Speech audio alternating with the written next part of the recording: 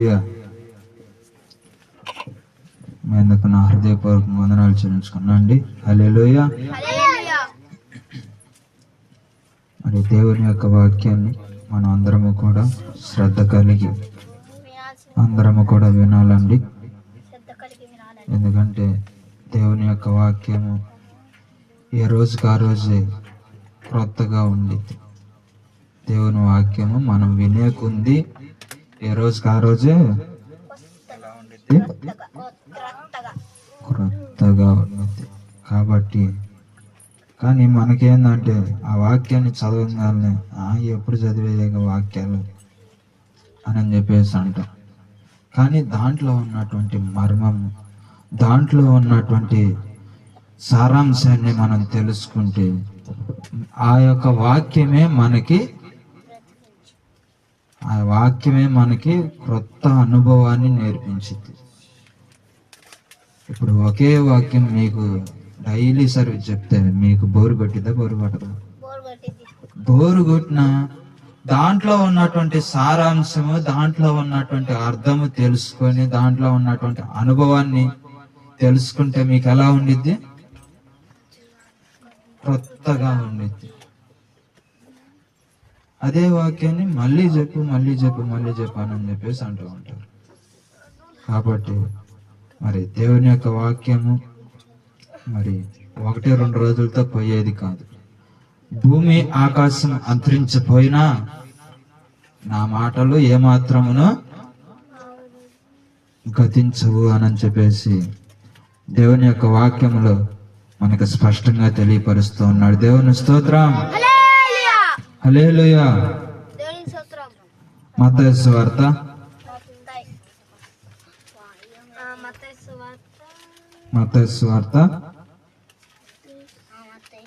12వ అధ్యాయం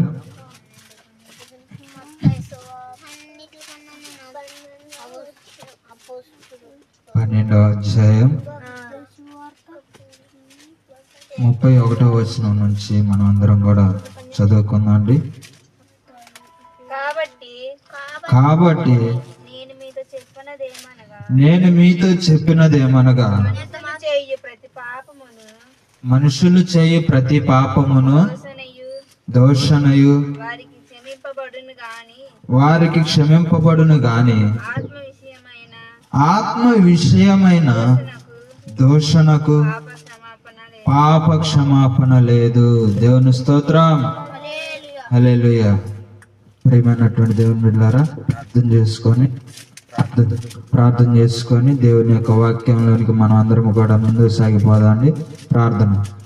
మహాపరిశుద్ధుడా, ప్రేమ కలిగిన దేవా, నీ బంగారు పాదం మా హృదయపూర్వక వందనాలు చెల్లించుకున్నాం ప్రభు.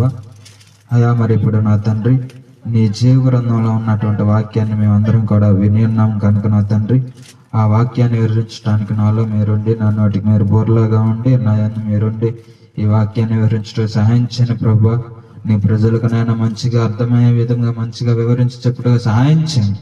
నీ యొక్క వాక్యాన్ని మేమందరం కూడా విని ఆ వాక్యాన్ని మా హృదయాల్లో భద్రపరచుకోండి. నీ వాక్యం ప్రకారంగా నడుచుకోండి. నీ యందు భయభక్తులు కలిగి జీవించి నిశ్చిత ప్రకారంగా నడుచుకోండి. నీ రాజ్యములో నీ బిడ్డలముగా మేమందరము కూడా చేర్చబట్టుగా సహాయం చేయమని త్వరలో రానన్నటువంటి మా ప్రభు యేసుక్రీస్తు అతి పరిశుద్ధమైన నామములో అడిగి వేడుకుంటున్నాం మా ప్రియ పరమ తండ్రి. ఆమేన్. దేవుని స్తోత్రం. హల్లెలూయా. దేవుని స్తోత్రం. మత్తయి సువార్త 12వ అధ్యాయం 31వ వచనం. మరోసారి చదవండి. కాబట్టి నేను మీతో చెప్పినదేమనగా మనుషులు చేయు ప్రతి పాపమును దూషణయు వారికి క్షమింపబడును గాని ఆత్మ విషయమైన దూషణకు పాప క్షమాపణ లేదు అంటున్నాడు. దేవుని స్తోత్రం. ఇక్కడ ప్రభు అయినటువంటి యేసుక్రీస్తు వారు ఈ వాక్యాలన్నీ కూడా అండర్లైన్ చేసుకోవాలి. అది ప్రభు అయినటువంటి యేసుక్రీస్తు వారు ఇక్కడ ఏమని చెప్తూ ఉన్నాడంటే, ఆయన యొక్క శిష్యులకు, అక్కడ ఉన్నటువంటి జన సమూహాలకు అందరికి కూడా బహిరంగంగా చెప్తూ ఉన్నాడు దేవుడు, బహిరంగంగా బోధిస్తూ ఉన్నాడు. కాబట్టి అక్కడ ఏమంటూ ఉన్నాడు,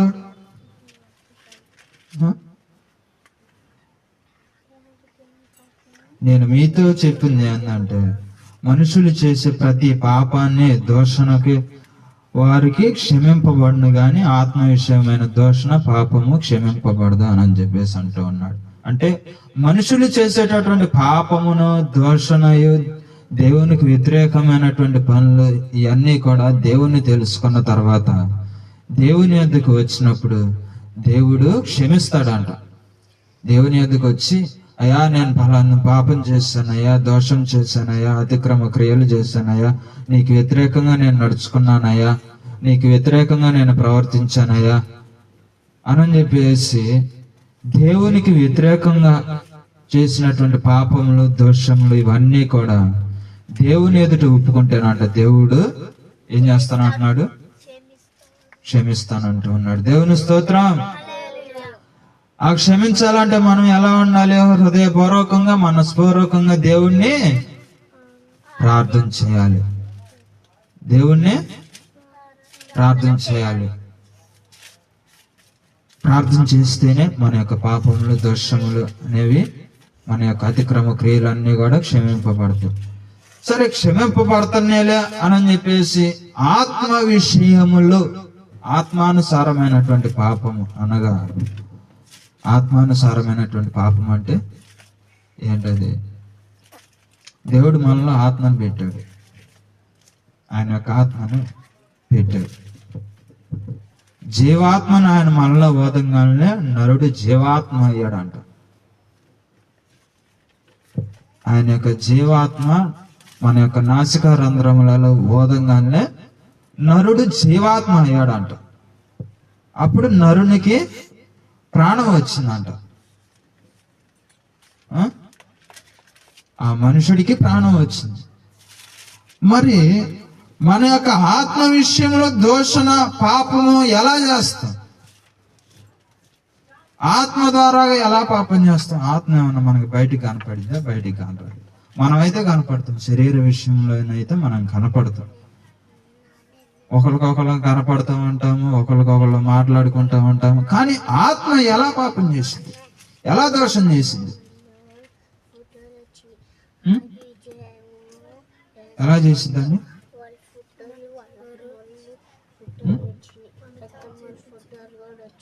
ఆత్మ పాపం చేయలేదు, పాపము చేయలేదు. మనం దేవుడు పెట్టినటువంటి ఆత్మ మనలను పాపము చేయలేదు. పాపం చేయనిచ్చేది అయితే ఆ యొక్క ఆత్మ మనకి ఎందుకు బోధించింది వాక్యాన్ని? దేవుని యొక్క ఆత్మ ఎందుకు బోధించింది మనకు వాక్యాన్ని? ఆత్మ పాపము చెయ్యమని మనల్ని ప్రోత్సాహపరిస్తే ఆ ఆత్మ పరిశుద్ధముగా ఎలా మార్చబడితే మనల్ని ఎలా మార్చింది?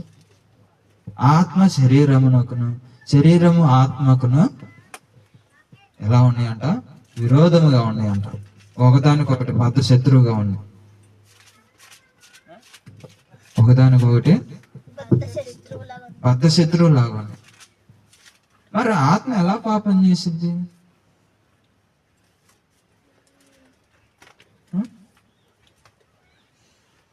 మనం క్షమించాయా క్షమించాయా క్షమించాయా అని చెప్పేసి మన యొక్క దోషాలని, మన యొక్క పాపాలన్నిటిని కూడా దేవుని కాడ ఒప్పుకుంటాంగా. ప్రతి పాపాన్ని కూడా దేవుడి కాడ ఒప్పుకుంటాంగా.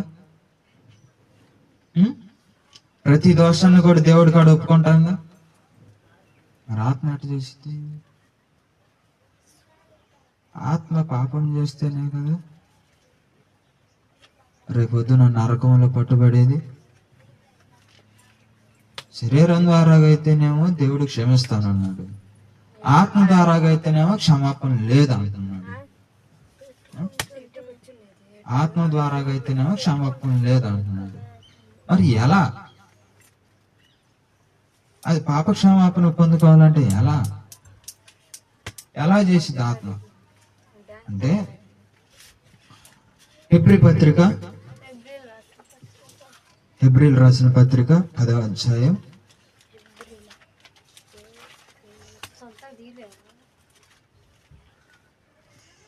హెబ్రీలకు రాసిన పత్రిక 10వ అధ్యాయం 29వ వచనం, పేజ్ నెంబర్ 206.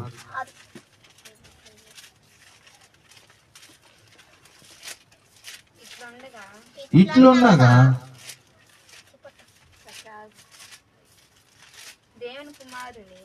దేవుని కుమారుని పాదములతో ఇట్లుండగా దేవుని కుమారుని పాదములతో త్రొక్కి తాను పరిశుద్ధపరచబడుటకు సాధనమైన నిబంధన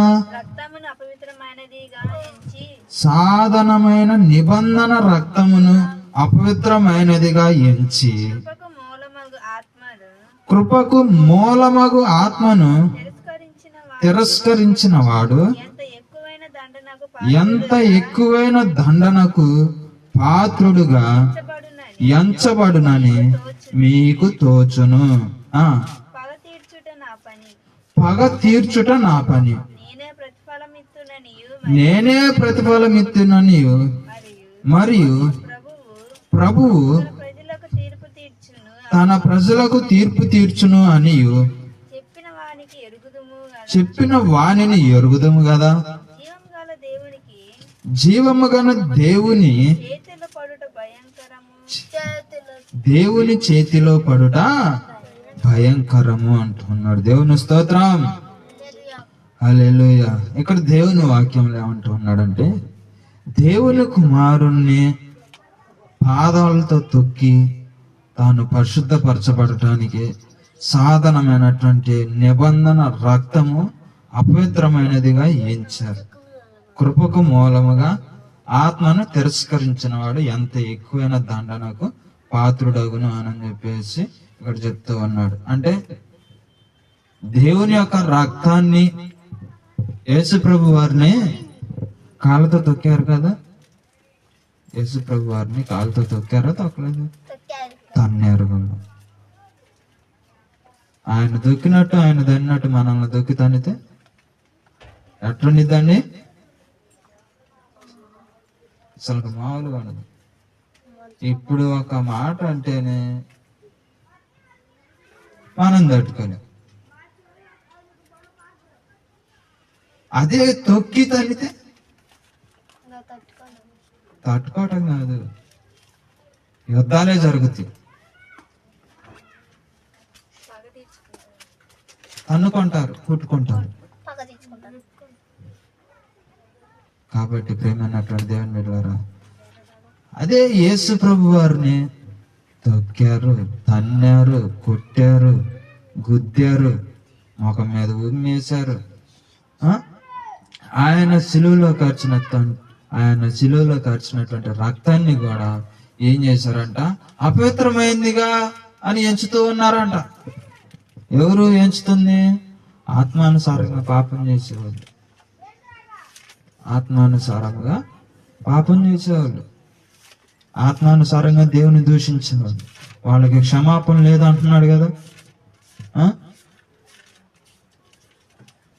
క్షమాపణ ఉందంటున్నాడా? లేదా అంటున్నాడు. మరి లేదన్నప్పుడు ఇవన్నీ కూడా చేస్తున్నారంట. ఏంటిది? ఆత్మను తిరస్కరిస్తున్నారంట, రక్తాన్ని అపవిత్రతగా ఉందని అంటున్నారంట. యేసు ప్రభు వారిని పాదములతో తొక్కి తనినా గాని ఇవన్నీ కూడా ఏదో అని చెప్పేసి అలాగా వ్యతిరేకిస్తూ ఉన్నారంట. యేసు ప్రభు వారు చేసినటువంటి, మన కోసం పడినటువంటి ఆ యొక్క బాధని, ఇబ్బందిని, ఇవన్నిటిని కూడా చెప్తూ ఉంటుంటే వ్యతిరేకిస్తూ ఉన్నారంట. అప్పట్లోనే కదా, ఇప్పట్లో కూడా వ్యతిరేకిస్తున్నారు. యేసుప్రభు వారు ఉన్నటువంటి ఆ కాలంలోనే కాదు, ఇప్పుడు కూడా వ్యతిరేకిస్తున్నారు. వాక్యాన్ని వినాలంటే తలకాయ నొప్పి, వాక్యాన్ని చదవాలన్నా తలకాయ నొప్పి, కొంచెం సౌండ్ ఎక్కువ పడినా తలకాయ నొప్పి. ఏంది అదే తెల్లారుతో డాన్స్ ప్రోగ్రాం ఏంది? అసలు నిద్రలో కాసేలా కూడా చూస్తూ ఉంటారు. కానీ దేవుని వాక్యం అయితే, దేవుని వాక్యం 1 గంట అనటానికి వామ్మో 1 సంవత్సరం విన్నామే. సంవత్సరం అయిందిగా ఈ పాస్టర్ గారు మొదలుపెట్టి, ఆపేసరికి సంవత్సరం అయిందిగా. అమ్మో పాస్టర్ గారు ఇప్పుడు కాపాడయ్యా అని అనుకుంటా. అది ఎక్కడేందంటే దేవుని వాక్యాన్ని తిరస్కరిస్తున్నారు. దేవుని యొక్క రక్తాన్ని కూడా దేవుడు మన కోసం చిందించినటువంటి రక్తం ద్వారాగా మనం పరిశుద్ధులముగా మార్చబడ్డాం, పవిత్రులముగా మార్చబడ్డాం. ఇవన్నీ కూడా అన్యజనులకు చెప్తే అన్యజనులు ఏం చేస్తారు? అన్యజనులు ఏమంటారు? ఆయన శిలువ మీద ఎక్కి 3 మేకులే పీక్కోలేనాయన, ఇక మిమ్మల్ని రక్షిస్తాడు అని ఈ క్వశ్చన్ చేస్తూ ఉంటారు. ఆయన రక్తం కార్చాడు. ఎవరి కోసం కార్చాడు రక్తం? నా కోసం కార్చాడా? ఏది రక్తం? ఏది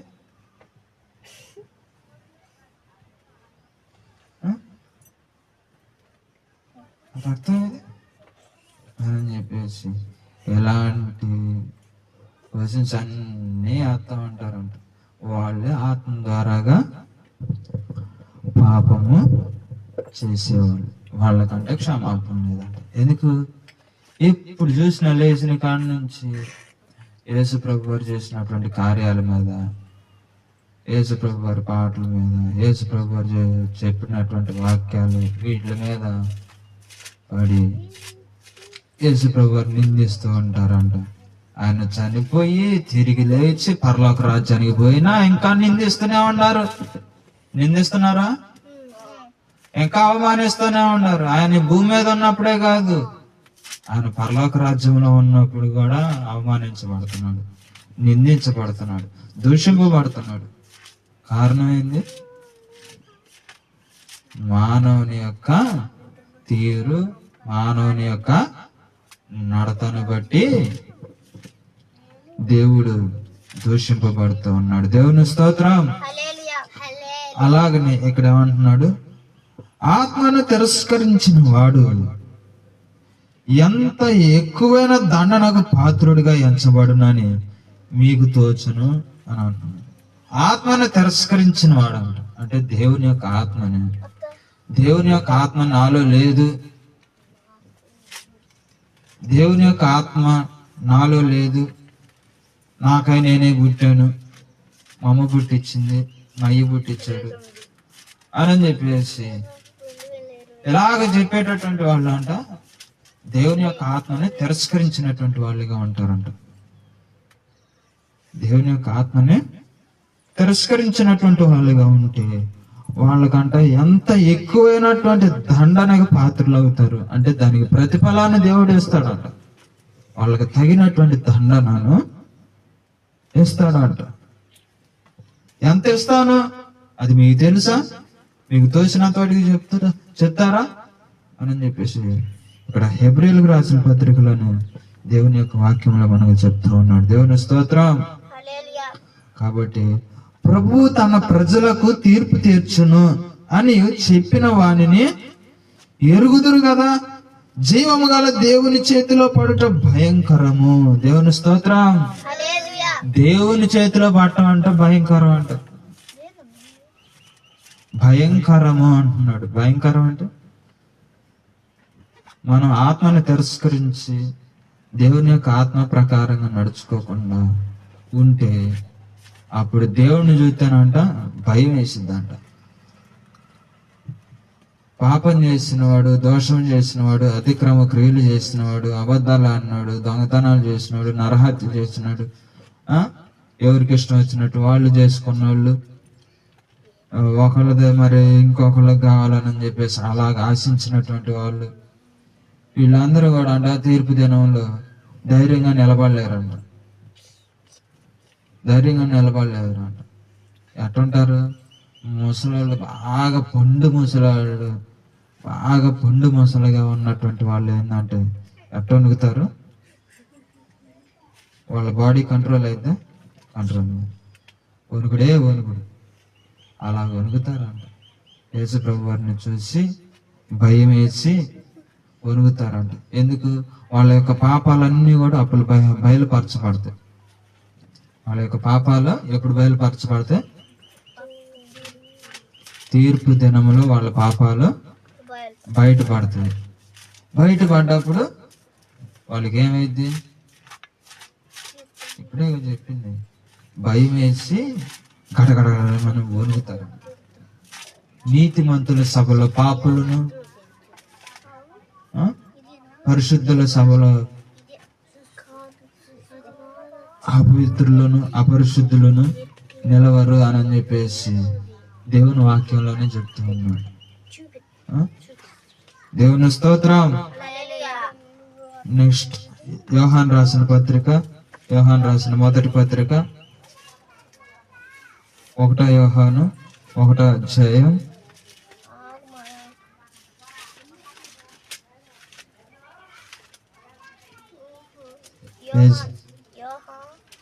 పేజీ నెంబర్ 220.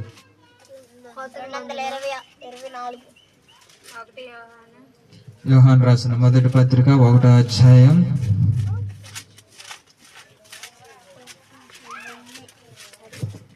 8వ వచనం నుంచి మనం అందరం కూడా చదువుకుందాండి. ఈ వాక్యాన్ని జాగ్రత్తగా వినాలి. మనల్ని మనమే మోసం చేసుకుంటున్నాం. బాప్టిజం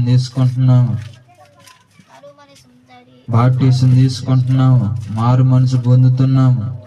కానీ అది ప్రజలకు చెప్పడానికి మాత్రమే. దేవుని దృష్టిలో ఎలా ఉంది? పరిశుద్ధులముగా ఉన్నావా? దేవుని దృష్టిలో పవిత్రులముగా ఉన్నావా? ఎలా ఉన్నావంట? చదవండి. యోహాను రాసిన మొదటి పత్రిక 1వ అధ్యాయం 8వ వచనం.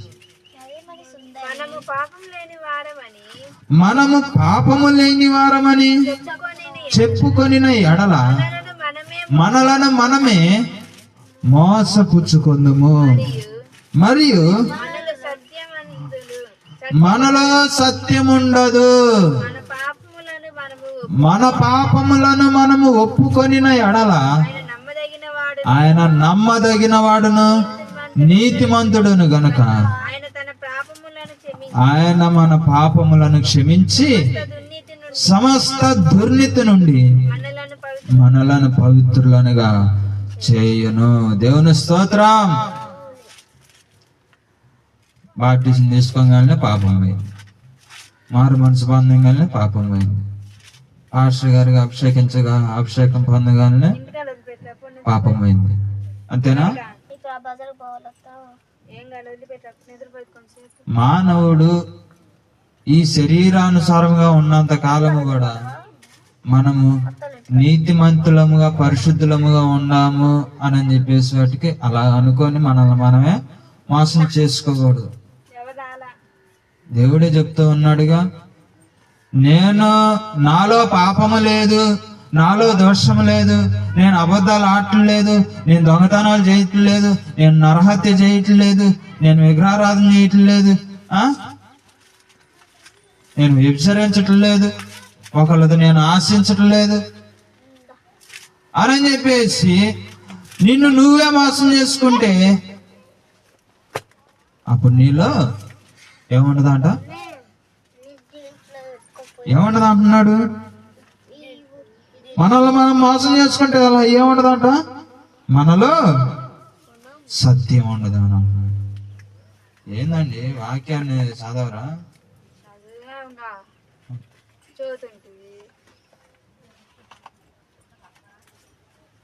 మనలో సత్యం ఉండదు అంటున్నాడు.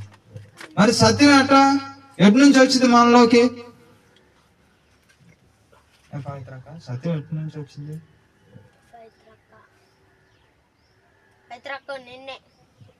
సత్యం ఎటు నుంచి వచ్చింది? పాపం ఒప్పుకుంటే వచ్చింది. పాపము ఒప్పుకుంటే, దోషము ఒప్పుకుంటే, అతిక్రమ క్రియలు అన్ని కూడా ఒప్పుకుంటే రోజు మనం లేచిన కాడి నుంచి ఏదో ఒక అబద్ధం ఆడుతూనే ఉంటాం. లేచిన కాడి నుంచి అబద్ధాలు ఆడుతూనే ఉంటాం, దొంగతనాలు చేస్తూనే ఉంటాం, నరహత్యలు చేస్తూనే ఉంటాం, వ్యభిచారాలు ఆడుతూనే ఉంటాం. ఎన్ని పాపాలు చేసేవాళ్ళని బూతులు మాట్లాడుతూనే ఉంటాం. అల్లరితో కూడినటువంటి ఆటపాటలు అన్నీ పాడుతూనే ఉంటాం, అల్లరాటలు ఆడుతూనే ఉంటాం, సినిమా పాటలు పాడుతూనే ఉంటాం, సినిమాలు చూస్తూనే ఉంటాం, సీరియల్స్ చూస్తూనే ఉంటాం. ఆ పాస్టర్ గారు అన్నాడు, సాక్ష్యం చెప్తా ప్రజలందరూ అక్కడ ఉండగానే, పాస్టర్ గారు మీ సంఘంలో వీళ్ళందరూ కూడా వాక్యాన్ని వింటున్నారా అని అన్నాడు. వింటున్నారయ్యా. ఏం చేయట్లేదుగా, పాపాలు చేయట్లేదు, దోషాలు చేయట్లేదు, అతిక్రమ క్రియలు ఏమి చేయట్లేదు కదా. చేయట్లేదు అయ్యా. మరి వీళ్ళు టీవీ చూస్తున్నారుగా. వండోళ్ళు ఉన్నటువంటి ప్రజలతో చెప్తున్నాడు, పాస్టర్ గారితో మాట్లాడుతున్నాడు. అని టీవీ చూస్తున్నారుగా. చేస్తున్నారు. ఒకటి వాళ్ళకి ఒక పేరు పెట్టాడు. ఏ పేరు? ఏం గుంపు అంట? ఏం పాస్టర్ గారు? అంతా కూడా సీరియల్ గుంపేనండి. అసలుకి మొత్తం తూర్పాలు పోతే ఒక ఎత్తనం కూడా దొరకదు. మొత్తం తూర్పాలు పోతే మొత్తం పొట్టే ఉందండి పాస్టర్ గారు.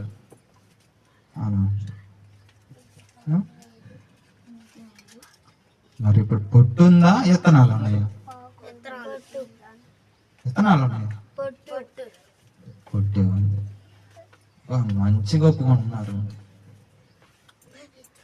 మేము పొట్టులాగానే ఉన్నాము, తూర్పాలు పోతే ఉన్నాము. మరి ఇత్తనాలుగా ఎప్పుడు మారుతారు?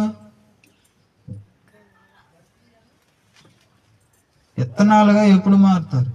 పొట్టు ఇత్తనాలు మారితే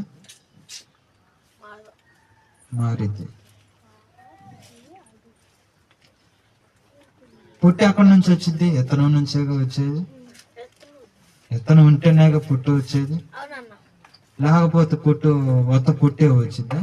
పుట్టే ఆడ నుంచి వచ్చింది కదా. కాబట్టి దేవుని ద్వారాగా మనము ఆయనకి పనికొచ్చేటటువంటి విత్తనాల వలె మార్చబడాలి. దేవుని స్తోత్రం, హల్లెలూయా. అందుకని ఇక్కడ అంటున్నాడు, మనము పాపము లేని వారని చెప్పుకొని ఎడల మనలను మనము మోసపుచ్చుకుందాము, మనలో సత్యం ఉండదు. మన పాపము మనము ఒప్పుకొని ఎడల ఆయన నమ్మదగిన వాడును నీతిమంతుడును గనక ఆయన మన పాపములను క్షమించి సమస్త దుర్నీతి నుండి మనలను పవిత్రులనుగా చేయను అంటూ ఉన్నాడు. దేవుని స్తోత్రం. మనం పవిత్రులము కావాలంటే ఏం చేయాలి? పవిత్రులం కావాలంటే ఏం చేయాలండి? ఏంది? పవిత్రులముగా పరిశుద్ధులముగా కావాలంటే ఏం చేయాలి? ఇప్పుడేగా చదివింది. పాపాన్ని ఒప్పుకోవాలి. పాపం లేదని మాత్రానికి మనల్ని మనం మోసం చేసుకోకూడదు. మోసం చేసుకున్నావా మన యొక్క ఆత్మకి క్షమాపణ లేదు. మనం ఈ భూమి మీద ఉన్నంత వట్టికే క్షమాపణ. భూమిని ఎప్పుడైతే వదిలేసిపోతామో అప్పుడు క్షమాపణ ఉండదు. మనం ఎన్ని పాపాలు చేసినా, ఎన్ని దోషాలు చేసినా అవి మొత్తం కూడా దేనికి చుట్టుకొని ఉంటాయి? ఆత్మకే చుట్టుకొని ఉంటాయి. ఆ ఆత్మ దానిగా మనం చేసినటువంటి పాపములకు, మనం చేసినటువంటి దోషములకు, మనం చేసినటువంటి అతిక్రమ క్రియలన్నిటికీ కూడా ఆ ఆత్మే ప్రతిఫలాన్ని అనుభవించింది. చేసింది ఒకళ్ళ, అనుభవించేది ఇంకొకళ్ళ. చేసిందేమో శరీరం, అనుభవించేదేమో ఆత్మ. మరి ఆత్మని శ్రమ పెట్టాలా? ఆత్మని బాధ పెట్టాలా? ఇబ్బంది పెట్టాలా ఆత్మని? ఏమైంది? పాపం ఒప్పుకుంటే ఏం పోయింది? పాపాలు ఒప్పుకోవటానికి చాలా మంది చర్చిలోకి వచ్చి పాపాలు ఒప్పుకోవాలంటే చాలా మందికి ఎట్లా ఉండేది అంటే ఏదో నామోసిగా ఉండేది. ఇక్కడ నామూసిగా ఉండిద్ది, అక్కడ అబ్బా అసలుకి మామూలుగా ఉండదు. ఎర్రగా ఉండేటటువంటి ఆ పరలోక రాజ్యంలోకి తీసుకొని పోతాడు. మామూలుగా ఉండదు, ఎర్రగుండే రాజ్యం అది. ఏ రాజ్యం? ఆ రాజ్యం పేరేంది? దేవుని స్తోత్రం. మరి ఈ ఎర్రట రాజ్యం కావాలంటే వాటికి మనం పాపాలు ఒప్పుకోకపోయినా, ఎన్ని పాపాలు చేసినా గాని, అసలుకి ఈ భూమి మీద ఎంత ప్రశాంతంగా ఉన్నా గాని ఆ ఎర్రట రాజ్యంలో ప్రశాంతంగా ఉండొచ్చు కదా. ఎర్రట రాజ్యంలో ప్రశాంతంగా ఉండొచ్చు. అదే అవన్నీ ఇక్కడ ఒప్పుకుంటే మళ్ళీ తెల్లటి రాజ్యంలో దేవుని స్తుతించొద్దు, దేవుని ఆరాధించొద్దు అబ్బా అని చెప్పేసి ఎలా ఉంటుంది. కాబట్టి మన యొక్క పాపముల నుండి, మన యొక్క సమస్త దుర్నీతి నుండి పవిత్రులముగా పరిశుద్ధులముగా అవ్వాలంటే ప్రతి ఒక్కటి కూడా దేవుని ఎదుట ఒప్పుకోవాలి. దేవుని ఎదుట, మనుషులకు కనపడేటట్టుగా దేవుని ఎదుట ఒప్పుకోవాలి. దేవునితో నువ్వు మాట్లాడాలి, దేవునితో నీవు మాట్లాడాలి, దేవుడు నీతో మాట్లాడాలి. ఎలా? కొర్నేలితో మాట్లాడాడు దేవుడు. కొర్నేలి పగులు గాని తెల్లవారుజామున గాని 3 గంటల సమయంలో, ఇప్పుడు ప్రార్థన తెల్లవారుజామున ఎన్నింటికి పెడుతున్నారు? 4ంటికి, 4 లేదా 5ంటికి. బైబిల్లో ఎట్టుంది? 3 గంటల సమయంలో, 3 గంటల సమయంలో ప్రార్థన చేయాలంట. అప్పుడు అంట దేవుని దూతలు తిరిగేది. అప్పుడు ప్రార్థన చేస్తే ఆ ప్రార్థన దేవుడు అంగీకరించి మన యొక్క సమస్యలు, మన యొక్క ఇబ్బందులు, మన బాధలు, ఆ ఉన్నటువంటి సమస్యలు అన్నీ కూడా ఆ 3 గంటల సమయంలో దేవునికి చెప్తే అవన్నీ కూడా దేవుడు తీరుస్తాడంట. దేవుని స్తోత్రం. అలాగని చేసేసి ఎంతసేపు అప్పులు చేసినా, అప్పులు చేసి దేవుడా నా అప్పు తీరువయ్యా, దేవుడా నా అప్పు తీరువయ్యా, దేవుడా నా అప్పు తీరువయ్యా చేసిందేమో నువ్వు, తీర్చేది దేవుడా, యా నుంచి తెచ్చి తీరుతాడు అంటే అన్ని సమస్తం సాధ్యమని అంటారు. సరే, అన్నీ సాధ్యమే. నిన్నెవరు చేయమన్నారు? దేవుడు చేయమన్నాడు. అయ్యా నువ్వు అప్పులు చేస్తా కూర్చాయా, నేను తీరుతా కూర్చుంటా అని అన్నాడు. మన యొక్క అవసరతల కోసం అప్పులు చేస్తున్నాం, కానీ దాన్ని తీర్చాల్సింది ఎవరు? దేవుడా? మనమే. మనం చేస్తున్నాం, మనమే తీర్చుకోవాలి. కాబట్టి మన పాపాలు కూడా మనం చేసిన మనమే ఒప్పుకోవాలి. అప్పుల్లో ఉండే పాస్టర్ గారు, నేను ఇప్పుడు చర్చికి రాలేను అని అంటే ఒక్కొక్కటి పాస్టర్ గారు అంత వైనంగా కట్టినా కానీ చర్చి బాగాలేదు, నేను చర్చిలో బాను. ఎవరి కోసం పోతున్నా? దేవుని వాక్యం కోసం పోతున్నావా? పాస్టర్ గారిని చూసి పోతున్నావా?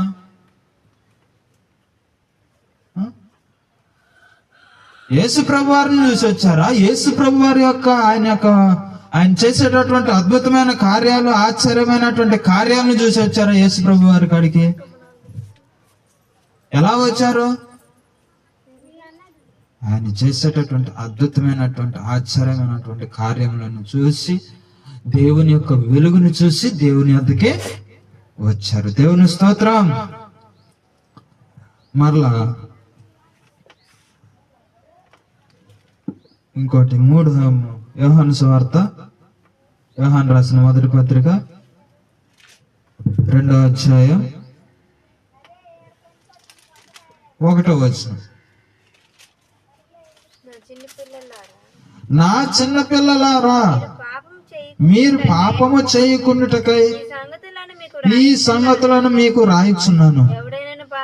ఎవడైనను పాపము చేసిన ఎడల నీతిమంతుడైన యేసుక్రీస్తు అను ఉత్తరవాది తండ్రి యొద్దం అనుకున్నాడు. దేవుని స్తోత్రం. తండ్రి యొద్దం అనుకున్నాడు అంట. ఎవరు? ఉత్తరవాది. ప్రభు అయినటువంటి యేసుక్రీస్తు వారు మనకు ఉత్తరవాది అంట. అంటే మనం పాపం చేసి కూడా నేను చేయలేదయా అంటే దేవుడు చూస్తూనే ఉన్నాడు కదా.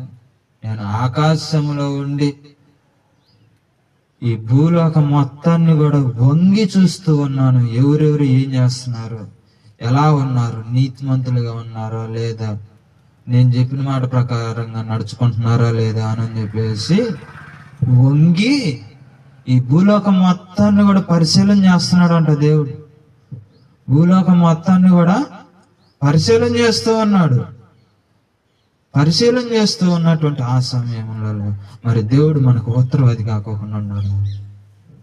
దేవుడు మనకు ఉత్తరవాది కాకుండా ఉన్నాడు, ఉత్తరవాది. అందుకని ఇక్కడ ఏమంటున్నాడు, నా చిన్న పిల్లలారా మీరు పాపము చేయకోకుండా ఉండటానికి ఈ సంగతులను మీకు రాయొచ్చున్నాను. ఎవడైనాను పాపము చేసిన యెడల నీతిమంతుడైన యేసుక్రీస్తు అను ఉత్తరవాది అంటే ఆదరణకర్త తండ్రి వద్ద మనకి ఉన్నాడు అని చెప్పేసి ఇక్కడ దేవుని యొక్క వాక్యంలో మనకి తెలియపరుస్తూ ఉన్నాడు. దేవుని స్తోత్రం. 2వ వచనం, ఆయనే మన పాపములకు శాంతికరమై ఉన్నాడు. మన పాపములకు మాత్రమే కాదు సర్వలోకమునకు శాంతికరమై ఉన్నాడు. మరియు మనం ఆయన ఆజ్ఞలను గైకొనిన ఎడల దీని వలననే ఆయనను ఎరిగి ఉన్నామని తెలుసుకుందాము. దేవుని స్తోత్రం. దేవుణ్ణి ఎరిగి ఉన్నాము, దేవుణ్ణి తెలుసుకున్నాము అని చెప్పేసి అట్లా తెలుసుకుంటామంట. ఆయన ఆజ్ఞలను గైకొని ఆయన శాసనాల ప్రకారంగా నడుచుకొని మన యొక్క పాపములను, మన యొక్క దోషములను, మన యొక్క అతిక్రమ క్రియలు అన్నిటిని కూడా దేవుని ఎదుట ఒప్పుకున్నప్పుడు అప్పుడు దేవుని దృష్టిలో మనం ఎలా ఉంటామంట, దేవుణ్ణి తెలుసుకున్నటువంటి వారిగా ఉంటామంట. దేవుని స్తోత్రం. కాబట్టి ప్రేమైనటువంటి దేవుని బిడ్డలారా, దేవుడు మనకిచ్చినటువంటి సమయములలో దీపం ఉండగానే ఇల్లు చక్క పెట్టుకోవాలని అంటూ ఉన్నాడు. మరి ఇల్లు చక్క పెట్టుకోవాలంటే మరి దీపం కావాలి కదా. ఈ దీపం మరి ఆరిపోతే మరి ఇల్లు చక్క పెట్టుకోగలుగుతామా? చక్క పెట్టుకోలేము. కాబట్టి చనిపోయిన వారు మరి పాపాలు ఒప్పుకోగలుగుతారా? ఒప్పుకోలేరు. మరి దేవుని యొక్క వాక్యాన్ని వినగలుగుతారా? వినలేరు. ఎందుకని? దేవుని యొక్క ఆత్మ మనలో ఉన్నప్పుడు మాత్రమే దేవుణ్ణి ఆరాధించగలము. ఆ ఆత్మ మనల్ని విడిచిపెట్టిపోయినప్పుడు ఈ ఒత్తు దట్టము దేవుని వాక్యాన్ని వినలేదు. ఇది మొత్తము కూడా మట్టిలో కలిసిపోయింది. కాబట్టి ప్రేమైనటువంటి దేవుని బిడ్డలారా, అందరము కూడా దేవుని యొక్క వాక్యాన్ని శ్రద్ధగా విని దాన్ని గైకొని ఆ వాక్యం ప్రకారంగా మనం అందరం కూడా నడుచుకోవాలి. దేవుని స్తోత్రం. ఎందుకంటే దేవుడు మనకి ఇచ్చినటువంటి సమయాన్ని దేవునికే ఉపయోగపెట్టాలి.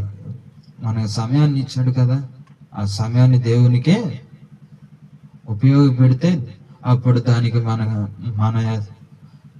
ప్రతిఫలాన్ని దేవుడు మనకి ఇస్తాడు. దానికి ప్రతిఫలాన్ని దేవుడు మనకి ఇస్తాను అంటున్నాడు.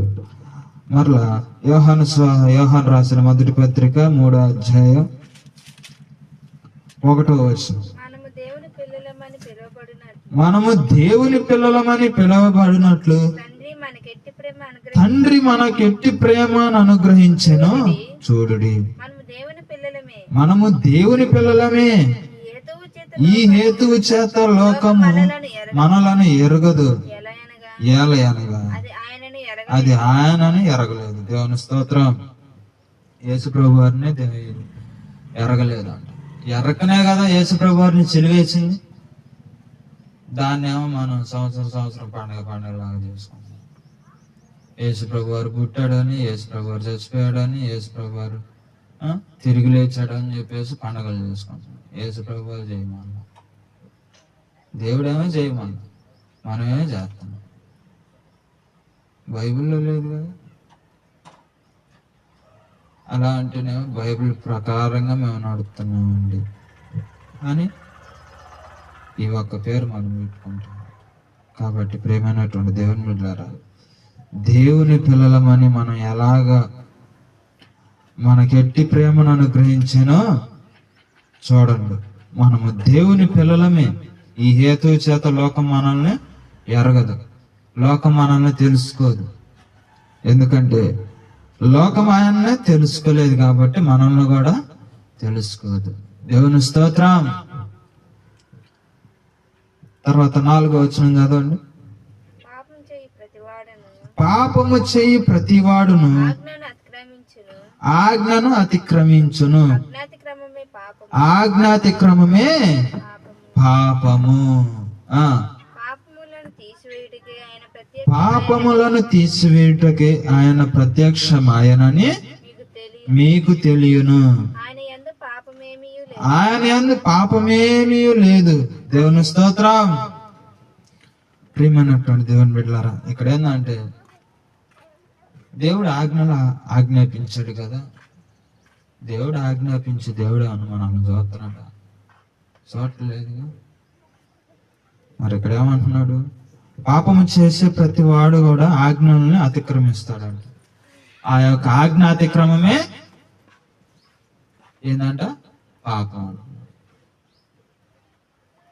దేవుని యొక్క మాట వినకపోవటమే మనం చేసే పెద్ద పాపం అంట. దేవుని యొక్క చిత్త ప్రకారంగా నడవకపోవటమే మనం చేసేటటువంటి పాపం అంట. పాపాలను తీసివేయడానికి ఆయన ప్రత్యక్షమయ్యాడు. కానీ ప్రత్యక్షమయ్యాడు అని చెప్పి మీకు తెలుసు, ఆయన యందు పాపం ఏమీ కూడా లేదు, దేవుని యందు పాపం ఏమీ కూడా లేదు. ఎందుకంటే దేవుడు పరిశుద్ధుడు, పవిత్రుడు, పవిత్రత కలిగినటువంటి దేవుడు. ఆయన ఈ భూమి మీదకి వచ్చి కూడా ఎటువంటి పాపము చేయలేడు, ఎటువంటి దోషము కూడా చేయలేదు.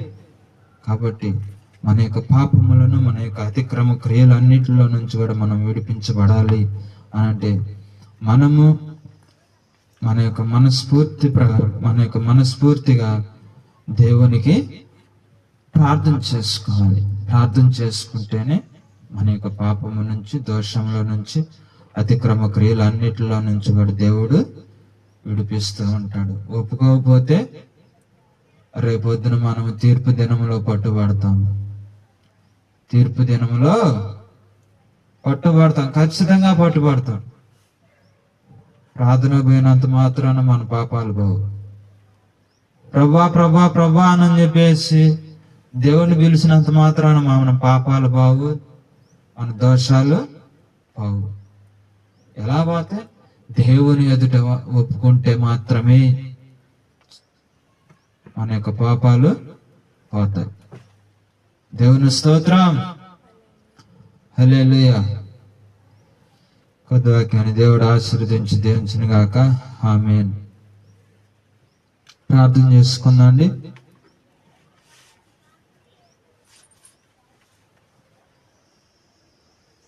ప్రార్థన. మహాపరిశుద్ధుడా, ప్రేమ కలిగిన దేవా, నీ బంగారు పాదములకు మా హృదయపూర్వక వందనాలు చెల్లించుకున్నాం ప్రభా. అయ్యా, మరి ఇప్పటి వరకు నా తండ్రి నీ యొక్క వాక్యాన్ని మేమందరం కూడా విని ఉన్నాం కనుక నా తండ్రి, ఆ వాక్యాన్ని మా హృదయాల్లో భద్రపరుచుకొని నీ వాక్య ప్రకారంగా నడుచుకొని నీ అందు భయభక్తులు కలిగి జీవించి నీ చిత్త ప్రకారంగా నడుచుకొని నీ రాజ్యంలో నీ బిడ్డలముగా మేమందరము కూడా చేర్చబట్టగా సహాయం చేయండి ప్రభువా. యేసయ్యా, సహాయం చేయండి, సహాయం చేయండి, సహాయం చేయండి ప్రభువా. ఆదరించండి నాయన, నీ కృపను నీ ఆత్మను తెచ్చండి ప్రభువా. అయ్యా, నీ దయను బట్టి, నీ కృపను బట్టి నాయన నీ మంచి మార్గంలో నడిపించండి అయ్యా, నీ చిత్త ప్రకారంగా నడిపించండి అయ్యా. ఓ ప్రభువా, అయ్యా, మీలో పాపము లేదని ఎవరైతే అనుకుంటూ ఉంటారో మిమ్మల్ని మీరు మోసం చేసుకున్నట్టే అని అంటున్నారు ప్రభు.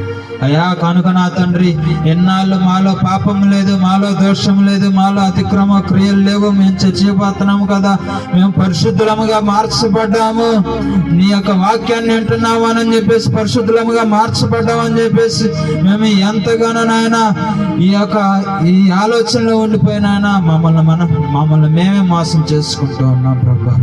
ఒకసారి జ్ఞాపకం చేసుకోండి ప్రభా, సహాయం చేయండి నా తండ్రి, ఆదరించిన నీ కృపను నీ ఆత్మ దయచేయండి అయ్యా. యేసయ్యా, నీకే స్తోత్రాలు, నీకే స్తోత్రాలు, నీకే స్తుతులు నా తండ్రి అయ్యా, నీకే స్తుతులు, స్తోత్రాలు, వందనాలు చెల్లించుకున్నాం ప్రభా. నీ దయను బట్టి, నీ కృపను బట్టి, నీ మంచి మార్గంలో నడిపించు, నీ చిత్త ప్రకారంగా నడిపించు అయ్యా. ఓ ప్రభా, మేము పరిశుద్ధులంగా పవిత్రులంగా మార్చబట్టే సహాయించి అయ్యా. నీ యొక్క ఆజ్ఞ అతిక్రమమే పాపం అంటూ ఉన్నాం. ఆజ్ఞలు మీరు ఆజ్ఞాపించినా కానీ ఆ యొక్క ఆజ్ఞలు అతిక్రమించిన పాపం చేసి అయ్యా.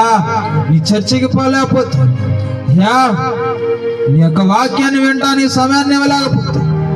నీ యొక్క వాక్యాన్ని వినడానికి మేము నాయన మా యొక్క హృదయమున స్థానాన్ని ఇవ్వలేకపోతూ ఉన్నాం ప్రభా. అయ్యా ప్రభా, సాధించండి, క్షమించండి, క్షమించండి అయ్యా. ఒకసారి జ్ఞాపకం చేసుకోండి. మీరు నా తండ్రి రక్తాన్ని కార్చినటువంటి రక్తానికి నాయన విలువ లేకోకుండా మేము బ్రతుకుతున్నాం. అపవిత్రత పంచుతూ సాయించండి, క్షమించండి, క్షమించండి నా తండ్రి. ఓ ప్రభా, సహాయించండి. శరీరానుసారమైనటువంటి పాపములు అయితే క్షమించబడతాయి, కానీ ఆత్మానుసారమైనటువంటి పాపములు క్షమించబడవంట. ఈ శరీరంతో చేసినటువంటి పాపములు ఒప్పుకుంటేనే క్షమించబడతాయి అంటూ సహాయించండి, సహాయించండి అయ్యా. ఓ ప్రభా, జ్ఞాపకం చేసుకోండి ప్రభా.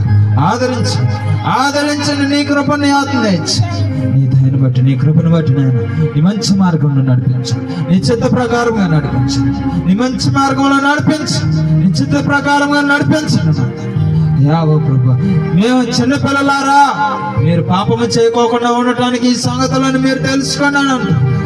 ప్రభు అయినటువంటి యేసుక్రీస్తు వారిని ఈ లోకము ఎరగలేదు, మిమ్మల్ని ఎరగదానంట. ఎలాగైతే ఎరగలేదు, ఎలాగైతే తెలుసుకోలేదు, మిమ్మల్ని కూడా తెలుసుకోదు ఈ లోకం. అవును ప్రభు, సహాయించండి, సహాయించండి.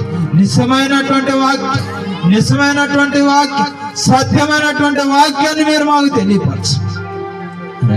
తెలియపరచండి. పాపము నుంచి విడుదల పొందుటకు సహాయించండి, దోషముల నుంచి విడుదల పొందుటకు సహాయించండి, అతిక్రమ క్రియల నుంచి విడుదల పొందుటకు సహాయించండి, సాతాను బంధకముల నుంచి, అపరాధ బంధకముల నుంచి విడుదల పొందుటకు సహాయించండి అయ్యా. ఓ ప్రభా, సహాయించండి, సహాయించండి, సహాయించండి ప్రభా. అయ్యా ఓ ప్రభా, జ్ఞాపకం చేసుకున్నాను. నీ చిత్త ప్రకారంగా నడుచుకుంటావు సహాయించండి అయ్యా. నీ యొక్క మంచి మార్గంలో నడుచుకుంటావు సహాయించండి, సహాయించండి, సహాయించండి, సహాయించండి, సహాయించండి ప్రభా. అయ్యా యేసయ్యా, నీకే స్తుతులు ప్రభా, స్తుతులు నా తండ్రి, స్తోత్రాలు నా తండ్రి. అయ్యా ఓ ప్రభా యేసయ్యా, అయ్యా ఓ ప్రభా, అయ్యా యేసయ్యా, నీకే స్తుతులు, స్తుతులు, స్తుతులు, స్తుతులు, స్తుతులు, స్తుతులు ప్రభా. ఎంత ఘోర పాపి అయినా సరే నీ ఎదుట ఒప్పుకుంటే అయ్యా పాపాన్ని క్షమిస్తానంటూ ఉన్నా, అయ్యా దోషాన్ని క్షమిస్తానంటూ ఉన్నావు ప్రభా. నీకే స్తుతులు ప్రభా. అయ్యా ఓ ప్రభా, అయ్యా చాలా మంది నా తండ్రి, నేను దేవునికి వ్యతిరేకంగా ఘోరమైనటువంటి పాపములు చేశాను, ఘోరమైనటువంటి దోషములు చేశాను, కానీ దేవుడు నా పాపాలు క్షమిస్తాడో లేదు, దేవుడు నా దోషాలు క్షమిస్తాడో లేదు, నా పాపాలు క్షమించడు, నా దోషాలు క్షమించడు అని చెప్పేసి నాయన ఎంతో మంది ఆ యొక్క అజ్ఞానంలో ఉండి నాయన అయ్యా పాపములో పడి కొట్టుమిట్లాడిపోతూ ఉన్నారు ప్రభు. సహాయించండి సార్, జ్ఞాపకం చేసుకోండి. అలా కొట్టుమిట్లాడిపోయేటటువంటి నీ యొక్క ప్రజలను ఆయన జ్ఞాపకం చేసుకోండి. వారిని మీరు దర్శించండి, దర్శించండి, దర్శించండి, దర్శించండి నాయన. నీ యొక్క మంచి మార్గంలో నడిపించండి, మంచి మార్గంలో నడిపించండి, నడిపించండి నా తండ్రి. నీ చిత్త ప్రకారంగా నడిపించండి, నడిపించండి. ఈ యొక్క ఆదివారం ఈ యొక్క ప్రార్థనలో నాయన అయా పాలి భాగస్తులైనటువంటి నీ పిల్లలందరినీ కూడా నాయన, నీ ప్రజలందరినీ కూడా నాయన, ఈ మైక్ ద్వారా వినేటటువంటి నీ ప్రజలందరినీ కూడా నాయన మీరు జ్ఞాపకం చేసుకుని మీరు దర్శించండి, దర్శించండి అయ్యా, దర్శించండి నా తండ్రి. పాపము నుంచి విడిపించండి, దోషముల నుంచి విడిపించండి, అతిక్రమ క్రియలన్నిటిలో నుంచి కూడా విడిపించండి. నీ యొక్క ఆజ్ఞల ప్రకారంగా నడుచుకుంటావు సాయించండి, నీ చిత్త ప్రకారంగా నడుచుకుంటావు సాయించండి అయా. నీ యొక్క మాటను వ్యతిరేకించండి, నీ యొక్క ఆజ్ఞని వ్యతిరేకించుకోకుండా నీ చిత్త ప్రకారంగా నడుచుకునేటటువంటి భాగ్యం దయచేయమని ఇప్పటి వరకు విన్నటువంటి వాక్యాన్ని మా హృదయాల్లో భద్రపరచుకొని నీ వాక్య ప్రకారంగా నడుచుకొని, నీ చిత్త ప్రకారంగా నడుచుకొని, నీ రాజ్యంలో నీ బిడ్డలంగా మేమందరం కూడా చార్చబట్టావు సాయించండి. నీ వాక్య ప్రకారంగా పరిశుద్ధులంగా పవిత్రులంగా మార్చబట్టావు సాయించండి. మా ప్రభు అయినటువంటి యేసుక్రీస్తు అతి పరిశుద్ధమైన నామములో ప్రతినాడు అడిగి వేడుకున్నాం మా ప్రియ పరమ తండ్రి, ఆమేన్. దేవుని స్తోత్రం, హల్లెలూయా. పరలోకమందున మా తండ్రి, నీ నామం పరిశుద్ధపరచబడును గాక, నీ రాజ్యం వచ్చును గాక, నీ చిత్తం పరలోకమందు నెరవేరినట్లుగా భూమి అందును నెరవేర్చబడునుగాక. నేడు అందరం ఆహారం మా దినదినమి దయచేమి తండ్రి. మా ఏడ్ల అపరాధాలు క్షమించిన ప్రకారం మా అపరాధాలను క్షమించింది. మమ్మలను సాతాను వారి నుంచి దుష్టు నుంచి మమ్మల్ని విడిపించింది. ఎందుకనగా రాజ్యం, బలము, శక్తి, మహిమ, ఘనత, ప్రభావము యుగయుగంలో తరతరములు నీవయ్యున్నావు తండ్రి. ఆమేన్. యేసు రక్తమే జయం, శిలువ రక్తమే జయం. అపాది క్రియలు అనంత నాశనమే పోనుగాక. ప్రభేశ రక్తం సంపూర్ణ విజయాన్ని, స్వస్థను, సంపూర్ణమైనటువంటి ఆరోగ్యంను అనుగ్రహించబడును గాక. ఆమేన్, ఆమేన్, ఆమేన్.